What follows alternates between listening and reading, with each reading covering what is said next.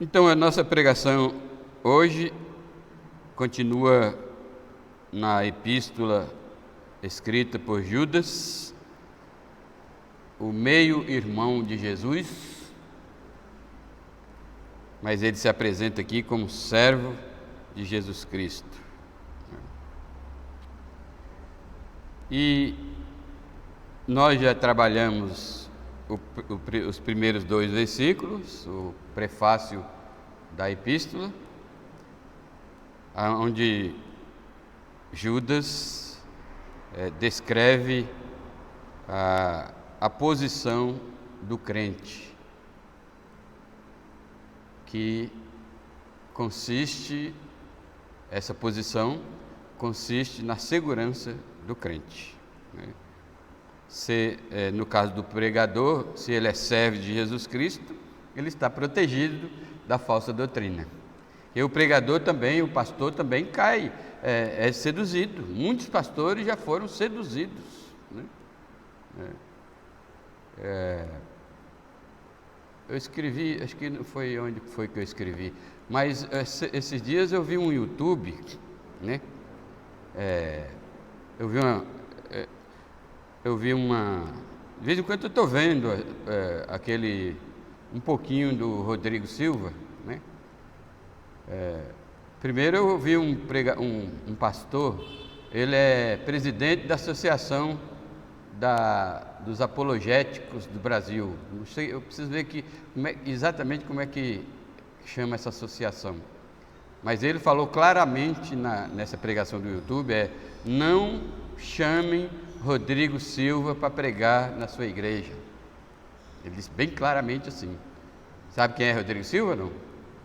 Rodrigo Silva é um arqueólogo, um pastor arqueólogo da Igreja Adventista, e ele tem sido usado como marketing da Igreja Adventista, né? Devido à suntuosidade da inteligência do homem, né? Ele é doutor em arqueologia, estudou na Alemanha e vive no Brasil e vive visitando Israel e fazendo pesquisas e estudos arqueológicos, né? E muitas igrejas batistas e outras denominações estão chamando ele para pregar, né? Então, esse pastor que é apologeta é alguém cujo ministério é defender a sã doutrina, né? E ele então fez essa pregação, né? Não chame Rodrigo Silva para pregar na sua igreja. E explicou por quê, né? Aí, esse mesmo Rodrigo Silva, eu vi no YouTube ele dando um testemunho. Tem o testemunho e o testemunho, né? Ele diz que ele se vangloria de uma pessoa, de um pastor de uma igreja histórica, uma igreja séria. Passado muito tempo, essa igreja agora já guarda o sábado e já tem restrições de alimento, né? E o convidou para pregar, né? Aí ele conta essa vanglória lá no YouTube, né? Então, os pastores também, eu estou contando essa história para dizer que pastores também podem ser iludidos pelos falsos mestres. Então, quando Judas escreve no começo, Judas, servo de Jesus Cristo, isto já o protege de ser iludido pelos falsos mestres. E quanto aos outros crentes, ele descreve que eles são chamados, amados de Deus Pai e guardados em Jesus Cristo. Isso aqui protege os crentes verdadeiros de ser iludido pelos falsos mestres, né? Se você é chamado, essa é uma referência à doutrina da eleição. Se você foi um eleito e um dia Deus o chamou ao arrependimento e à fé no Senhor Jesus Cristo, e você é amado. Amado também tem a ver com a doutrina da eleição, porque Deus não ama a humanidade inteira, Deus ama os eleitos, né? A humanidade, o resto da humanidade, que também é chamado no estudo da doutrina da soberania de Deus, da predestinação, da eleição, de preteridos, né? Os preteridos, Deus tem reservado para eles o fogo eterno, né? No lago do fogo. Então, não imagine Deus lançando no lago do fogo, no inferno, os seus amados. É inadmissível. Então, amados aqui também é uma referência à doutrina da eleição, né? E por último, guardados, né? Então, guardados é uma referência à proteção que Deus fornece a todos os verdadeiros crentes, né? Por quê? Porque sobre esses recai a misericórdia, a paz e o amor de Deus, que Judas ora aqui para que sejam multiplicados, né? Porque a misericórdia de Deus, a paz e o amor em nós é crescente, né? Ele multiplica. Então esse prefácio de Judas é uma promessa de proteção aos crentes contra a falsa doutrina, contra os falsos mestres. Aí nós trabalhamos o versículo 3 da semana passada, que trata da apologética em si, né? Da defesa da fé. Então Judas ia escrever sobre a salvação, né? O gozo da salvação, as bênçãos da salvação, etc. Aí ele resolveu escrever exortando os crentes de todas as épocas a serem apologistas ou apologéticos da sã doutrina, ou seja, defender a sã doutrina. Eu trabalhei a semana passada que essa defesa da doutrina é uma responsabilidade de cada crente, porque se foi algo que foi entregue a você, como diz aqui, exortando-vos a batalhardes uma vez por todas pela fé que foi entregue aos santos, né? Se foi entregue a você, você tem uma responsabilidade de um mordomo de defender a fé. Portanto, defender a fé não é uma responsabilidade somente dos pastores, né, e dos teólogos fiéis às sãs doutrinas. É uma responsabilidade de cada crente. Cabe a você defender a sua fé, inclusive ajudando quem está correndo perigo. Conhece alguém que está correndo perigo, né? Eu e a Sônia, essa semana, fizemos isso. Fomos lá socorrer alguém que está em perigo, né? Confiando que Deus nos use, né? Porque muitas vezes a gente vai exortar as pessoas que estão correndo perigo, mas elas não acreditam na gente, né? E não seguem os nossos conselhos, como muitos crentes, na minha experiência, não seguem os meus conselhos, não seguem as minhas pregações, mas Deus me mandou pregar. Quem ouvir e crer será feliz. Quem ouvir e não crer, não quiser seguir, né? Eu, pela graça de Deus, fiz a minha parte, né? Tá certo? Assim vocês devem fazer a sua parte, defender a sua fé, guardando-se de ser iludido pelos falsos mestres, e se conhece alguém que está à beira de ser iludido, vai lá e ajuda, faz uma advertência, certo? Porque, como eu preguei a semana passada, Judas, Deus não está mandando ninguém discutir com os falsos mestres. Não vá discutir com os falsos mestres, e nem com aqueles que já receberam a lavagem cerebral, certo? Aqueles que já estão convictos na falsa doutrina. Também não precisa discutir com esses também não, é perda de tempo. Isso na Bíblia é chamado de jogar pérolas para os porcos. Mas um amigo, um conhecido, um parente, um irmão que está em perigo, e até mesmo alguém que já sofreu lavagem cerebral e resolve lhe fazer uma pergunta acerca do assunto, né? Você não vai dizer, não, meu pastor disse para não discutir com você não. Nada, né? Não é isso, não me entenda errado. Se você conhece alguém que já sofreu lavagem cerebral pelos falsos mestres, mas essa pessoa lhe ouve e lhe fez uma pergunta, ou você teve chance, diz, olha, dá uma advertência, fala, essa doutrina é falsa, né? E aqui nós já aprendemos e vamos enfaticamente, mesmo que sofrermos alguma coisa, dizer que os adventistas é a seita mais perigosa do momento, porque eles vendem uma imagem de crente verdadeiro, eles falam na graça, na morte de Cristo, aí vem depois ensinar juízo investigativo, né?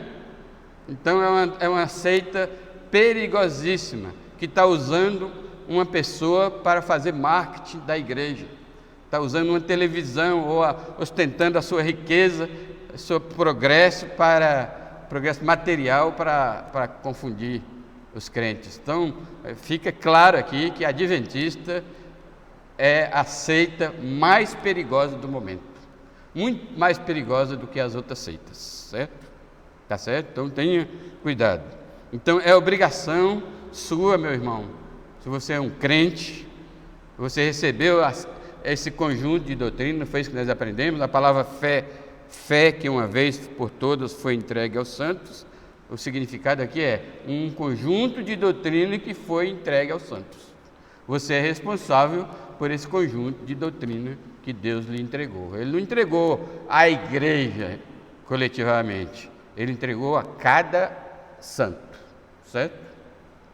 É claro que a igreja coletivamente também tem sua responsabilidade de mordomia, mas individualmente temos a obrigação, o dever, a responsabilidade de defender a nossa fé e defender os nossos irmãos que porventura estejam correndo perigo de ser iludidos por alguma seita, especialmente atualmente pela seita chamada adventista do sétimo dia. Tenha cuidado. Agora o versículo 4, que é o versículo de hoje, né? Nós lemos, aí agora Judas vai justificar ou mostrar as razões da sua exortação, né? E começando com o versículo 4 hoje. Pois certos indivíduos se introduziram com dissimulação, os quais desde muito foram antecipadamente pronunciados para esta condenação. Homens ímpios que transformam em libertinagem a graça de nosso Deus e negam o nosso único soberano e Senhor Jesus Cristo. É esse o nosso texto de hoje. Aí, cujo tema é como identificar um falso mestre. Vocês sabem como identificar um falso mestre? Olhe para essa figura aí, ó. Olhe para essa figura. Vocês sabem como identificar um falso mestre? Quem aqui sabe erga a mão? Eu não sei. Eu não sei como identificar um falso mestre, né? Até ele abrir a boca. Tá certo?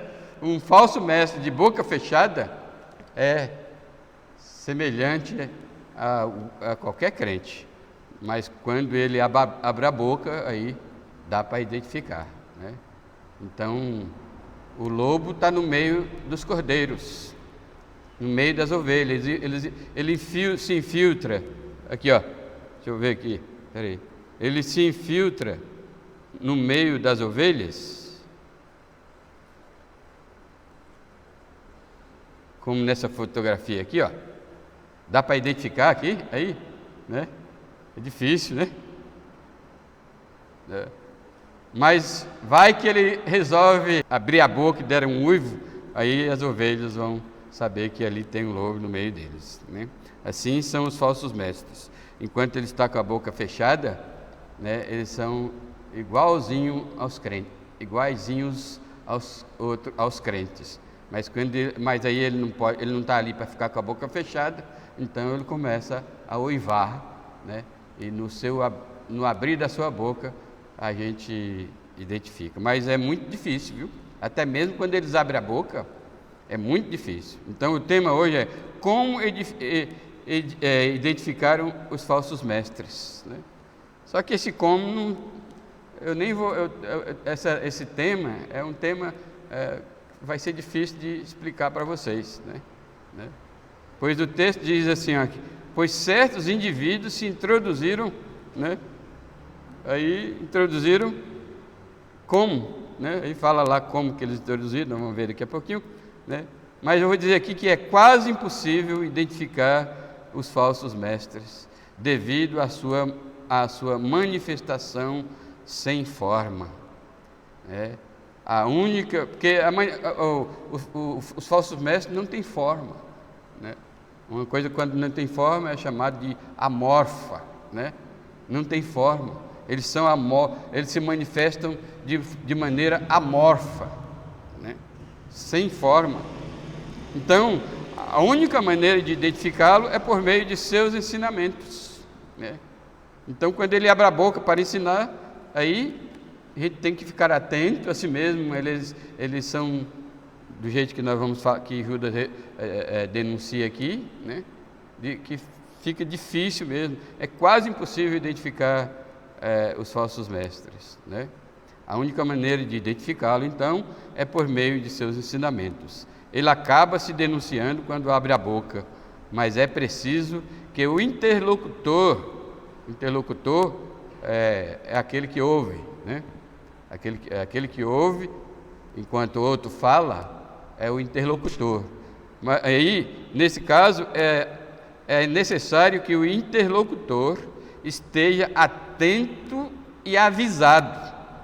Se ele não estiver atento e avisado, mesmo por meio dos seus ensinamentos, ele não identifica quem é um falso mestre. Então, essas pregações no livro na Epístola de Judas, nesses dias, essas pregações expositivas, têm por objetivo avisar vocês. Aí, avisados, vocês têm condições de ficar atentos, né? E ajudar a si mesmo e a outros que estão na dúvida. Então, eles são mais perigosos para a igreja do que os seus ensinamentos. Então, os falsos mestres são mais perigosos para a igreja do que os ensinamentos, porque os ensinamentos estão claro que não está na Bíblia. Por exemplo, onde está na Bíblia guardar o sábado como um meio de salvação? Onde está na Bíblia que se você não guardar o sábado, você não é salvo? Então, esses ensinamentos é fácil, né? Mas o falso mestre entra ensinando essas coisas de uma forma tão gentil, tão suave, e ele repete tanto, né? E até tem um ditado por aí que diz que uma mentira repetida várias vezes acaba virando verdade, né? Então parece que seja a técnica dos falsos mestres, muito sutil. Juízo investigativo. Onde está na Bíblia que Jesus morreu, foi sepultado, ressuscitou ao terceiro dia, subiu ao céu, derramou o seu sangue para redimir os eleitos, e depois de 1800 anos, é que ele foi entrar no santuário para tentar, é uma tentativa, não é garantido não, para tentar pagar pelos pecados das pessoas que creram nele. Onde está na Bíblia? Olha que ridículo, crê em Jesus Cristo, morre, vai não sei para onde, né?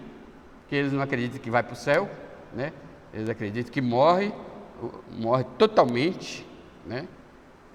E a alma fica morta, eles chamam sono da alma, né? Aí essa alma lá dorminhoca não está em lugar nenhum, mas tem os nomes escritos lá no santuário. E esses nomes escritos lá no santuário, foi assim que você leu, gente? Tem os nomes lá escritos no santuário, e Jesus entrou em 1844, se não me engano, vou olhar a data precisa, no santuário, pela primeira vez, depois de 1800 anos que ele morreu e ressuscitou, ele entrou pela primeira vez no santuário, e está lá oferecendo sacrifício para ver ainda se alguns daqueles vão ter os pecados redimidos do pecado. Então, o ensinamento é tão ridículo que só cai quem tiver realmente tonto ou não é crente, né? Por isso, os falsos mestres são piores do que os seus ensinamentos. Tá certo?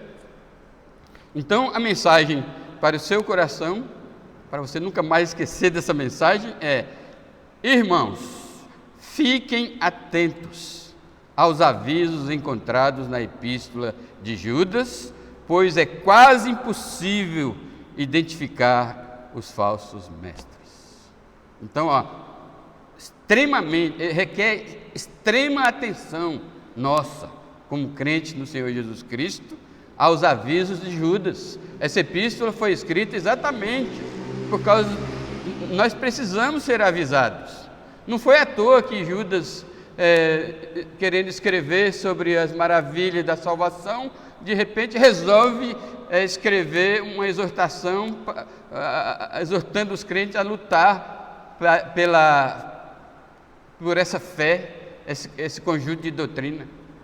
Com certeza o Espírito Santo na hora inspirou Judas e ele sentiu que se ele não fizesse isso, alguns crentes estavam correndo perigo de serem iludidos. Porque, meus irmãos, embora protegidos, como nós temos no versículo 1, né, o crente pode ser iludido pelo menos por alguns minutos, né,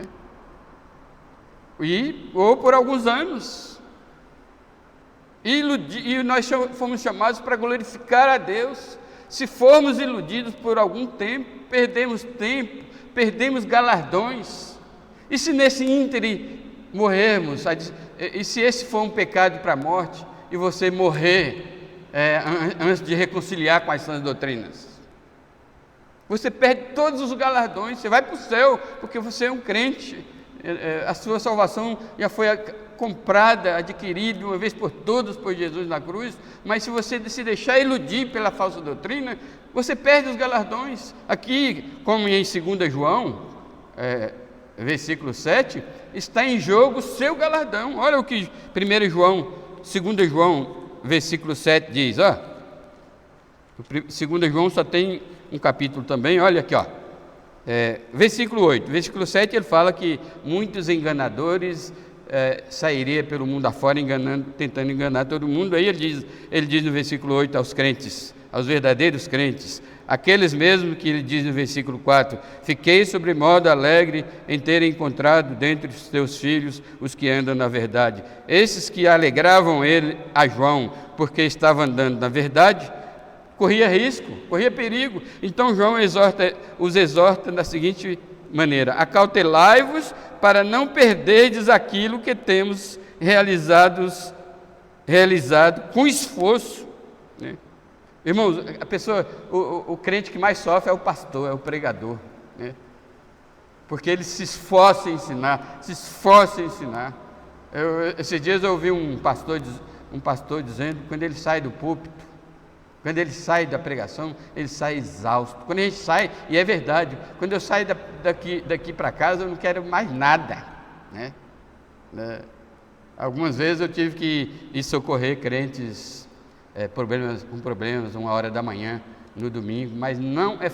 Depois que a gente sai a pregação é um esforço tremendo, né? Vocês não só sabem quem participa. Esses dias eu escutei um pregador falando sobre isso, né? E João então diz: acautelai para vocês não perderem aquilo que realizamos em vocês com esforço, e além disso, mas para receberdes completo galardão.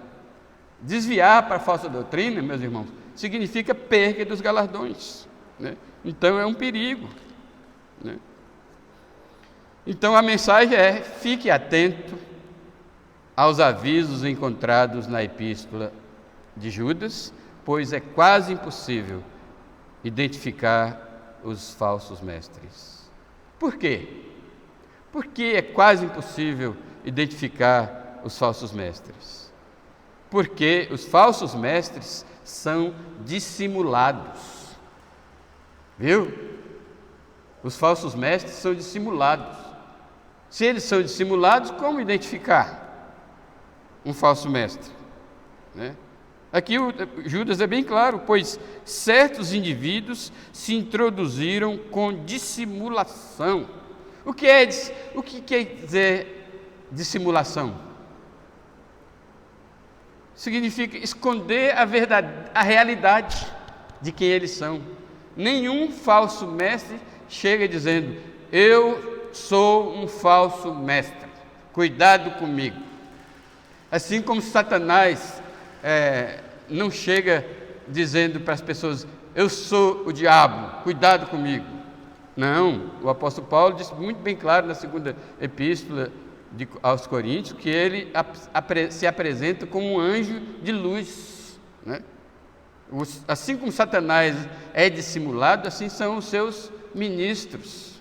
Os falsos mestres são dissimulados, eles ocultam o seu verdadeiro caráter, eles ocultam o seu verdadeiro propósito, eles ocultam sua verdadeira personalidade, ele oculta inicialmente eles ocultam até os seus ensinamentos, né? Porque até um falso mestre abrir a boca, demora, né?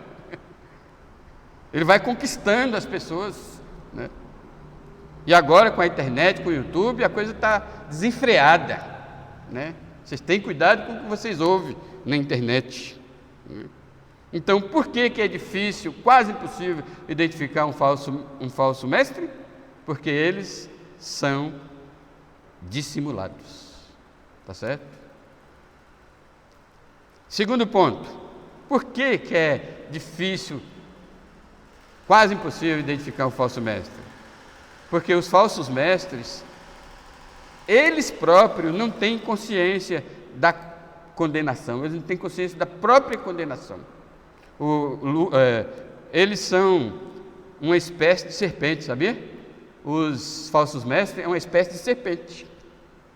Agora, vocês vão me dizer que a serpente tinha consciência de que ela estava sendo usada por Satanás para enganar Eva? De jeito nenhum, né? Serpente não tem consciência. Ela estava sendo usada sem saber que está sendo usada. Os falsos mestres, né, até são dignos de dó, não é digno de dó porque eles já foram destinados para isso, como nós vamos ver aqui agora, né? Mas eles próprios não têm ideia da sua condenação. Aí, porque diz o texto aqui, ó, os quais, desde muito, esse desde muito é quando Deus planejou, traçou o plano eterno, tá certo?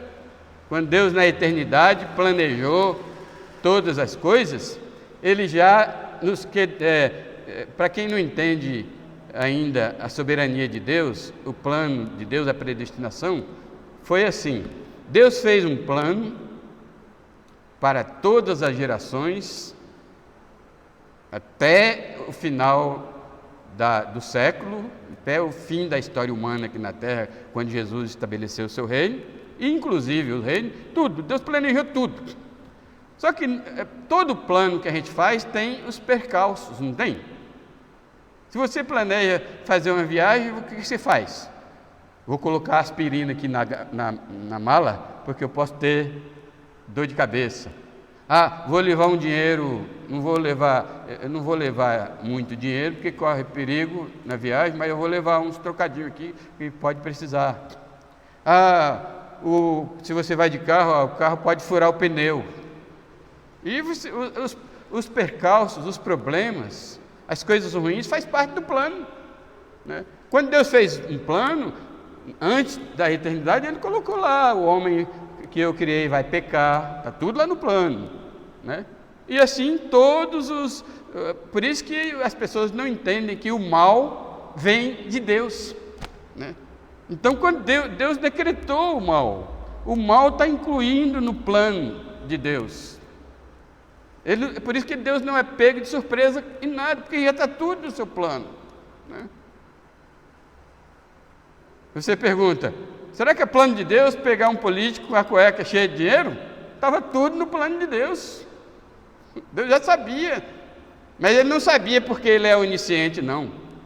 Ele já sabia porque está no seu plano, certo? Então aqui os falsos profetas, desde a eternidade, já estão destinados para a condenação. É o que diz aqui, ó, os quais desde muito foram antecipadamente, que esse antecipadamente é o que eu acabei de explicar, foram antecipadamente pronunciados para esta condenação. Então a condenação dos falsos mestres já está decretada, já está determinada, acontecerá de fato, né? Aliás, os falsos mestres vão receber dupla condenação, porque eles vão sofrer o fogo eterno do lago de fogo e vai sofrer a consciência pesada por ter enganado a muitos. O sofrimento dos falsos mestres no inferno vai ser duplo, né? Só que eles não têm consciência disso, porque o rei que eles servem passou mel na boca deles. Os antigos diziam que quando alguém é enganado, fulano passou mel na boca de fulano, né? O seu senhor, que é Satanás, os enganou. Coisa séria. Os próprios falsos mestres foram iludidos, enganados. Eles não sabem que esses ensinos falsos deles dá condenação eterna. Eles não sabem. Satanás os enganou, né? E eu não digo que eles são inconscientes do erro, né? Os erros deles, alguns falsos mestres são conscientes, porque é impossível, está lá na Bíblia, né? Mas a grande parte dos ensinamentos dos mestres são conscientes, né? Pelo que nós vamos ver daqui a pouco.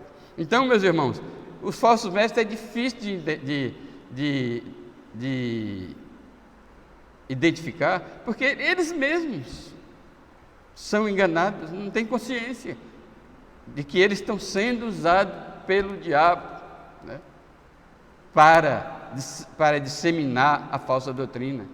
Porque qual é o principal objetivo do diabo? Não é frustrar os planos de Deus?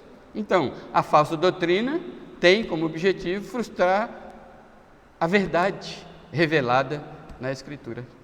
E os falsos mestres são uma espécie de serpentes usados por Satanás para induzir o homem, assim como Satanás usou uma serpente para induzir Eva, né? Então, por isso que os falsos mestres são extremamente perigosos para a igreja desde sempre, desde os tempos de Judas, e hoje está aumentando o perigo, está cada vez maior. Em terceiro lugar, os falsos mestres são difíceis, quase impossíveis de ser identificados, né? Por quê? Em terceiro lugar, porque os falsos mestres são iludidos por Satanás acerca das suas paixões, né? O que Satanás ouve, percebe acerca das paixões de certas pessoas, percebe certa perspicácia de comunicação, né? Normalmente o falso mestre tem muita habilidade na comunicação, né? E quais são as principais paixões dos falsos mestres? Diga-me aí. É só olhar para o quadro lá que você vai ver quais são as principais paixões dos falsos mestres. Tem várias, né? Mas a principal é o dinheiro e a vaidade. As duas principais paixões do falso mestre é o dinheiro e a vaidade. Satanás percebe que eles têm muito amor por dinheiro, né? E eles percebem que os seus ensinos dão dinheiro, então eles se enveredam nesse caminho de ensinar o erro para conseguir dinheiro. Quando não é dinheiro, porque pode ser os dois. Quando não é dinheiro, é a vaidade, né? Principalmente a vaidade intelectual, tá certo? Então, alguém que consegue certo grau de instrução científico, ou sei lá, né? Então ele cria aquela vaidade. Satanás percebe que ele tem vaidade intelectual e ele então é iludido. Então Satanás, os falsos mestres são iludidos por Satanás exatamente com a promessa de satisfazer essas duas paixões, né? Dinheiro e vaidade, principalmente a vaidade intelectual, né? Porque diz aqui, pois certos indivíduos se introduziram com dissimulação, os quais desde muito foram antecipadamente pronunciados para esta condenação. Homens ímpios, presta atenção, homens ímpios, essa palavra ímpio tem a ver com a palavra piedade, né? O homem piedoso, às vezes, também é chamado de pio, né?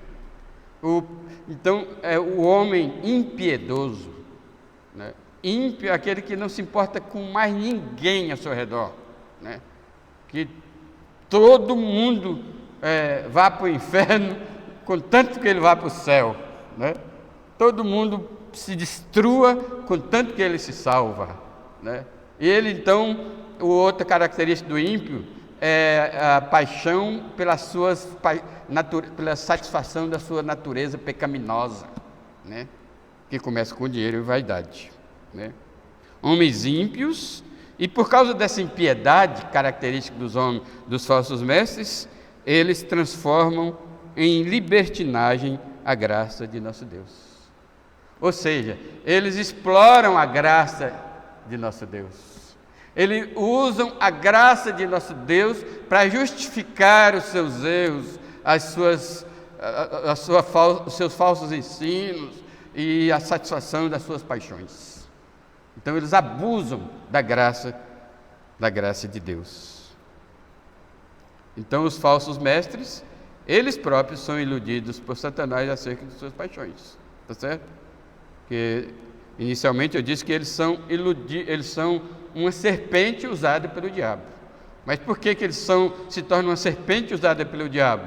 Porque há uma promessa de satisfação das suas paixões. E eles, porque essa é a índole deles, Satanás percebe, né? Porque a gente tem que ter muito cuidado com isso. Satanás vive, como diz Pedro, 1 Pedro 5,8, Satanás vive ao redor, rodeando a gente para perceber aonde estão as nossas paixões. Quando ele percebe quais são as nossas paixões, ele lança o convite, lança a oportunidade, né? Por isso que Jesus disse: vigiai e orai, para que não entreis em tentação. E cuidado se você ainda alimenta algumas paixões, né? Dinheiro, vaidade, qualquer que seja as suas paixões. São mil paixões na natureza humana, né? Então tenha cuidado, administre bem suas paixões. Por isso que Jesus disse: se alguém quer vir após mim, negue-se a si mesmo, tome a sua cruz e segue-me. Porque essa atitude de negar a si mesmo, você já está negando a satisfação das suas paixões, né? Principalmente os crentes pecam muito se escondendo atrás de uma palavra chamada necessidade, né? Uma vez eu exortei vocês, não sei se você lembra, a substituir essa palavra necessidade por renúncia, certo? Em vez de necessidade, o crente renuncia, né? Em vez de direito, eu tenho direito. Não, renuncie o seu direito. Cuidado com esse negócio de eu tenho direito, né? Eu tenho necessidade. Substitui essas palavras por renúncia, porque senão Satanás vai lhe enredar, vai laçar você e vai lhe derrubar, e o sofrimento vai ser grande, a destruição vai ser grande, e você vai perder galardões, e você não vai glorificar ao seu Deus, que é o objetivo primordial pelo qual nós fomos criados e fomos redimidos pelo sangue de Jesus. E por último, os falsos mestres, é de difícil identificação, porque os falsos mestres são usados para atacar a soberania e o senhorio de Cristo. Eles são usados por Satanás para atacar o cerne da questão, porque toda a verdade, todo o universo, todo o reino de Deus, todo o amor de Deus, toda a justiça, todo o evangelho gira em torno e são fomentados, alimentados pela soberania de Deus. Satanás sabe disso, então ele induz os falsos profetas a atacar a soberania de Deus, ou seja, eles têm como alvo principal o Senhor Jesus. E o versículo diz aqui, pois certos indivíduos se introduziram com dissimulação, os quais desde muito foram antecipadamente pronunciados para esta condenação, homens ímpios que transformam em libertinagem a graça de nosso Deus e negam o nosso único soberano. Eles negam o único soberano e Senhor, Jesus Cristo. Está certo? Como é que eles negam? Exatamente, espalhando ensinos contrários aos ensinos das Escrituras. Exatamente, valorando demais. Que os ímpios, os falsos mestres, valoram demais as suas paixões por dinheiro e por status. E, mais ainda, aqui vocês notam que o trono está vazio, não é?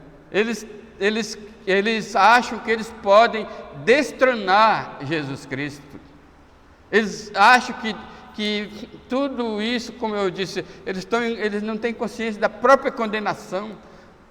Eles pensam que vai se safar da condenação. Eles não creem que Deus é soberano, que Deus governa todas as coisas, que Deus controla todas as coisas e que Deus está com eles aqui na mão. Só falta o dia chegar para Deus fechar a mão sobre eles e eles serem esmagados pela mão do Todo-Poderoso e Soberano Deus.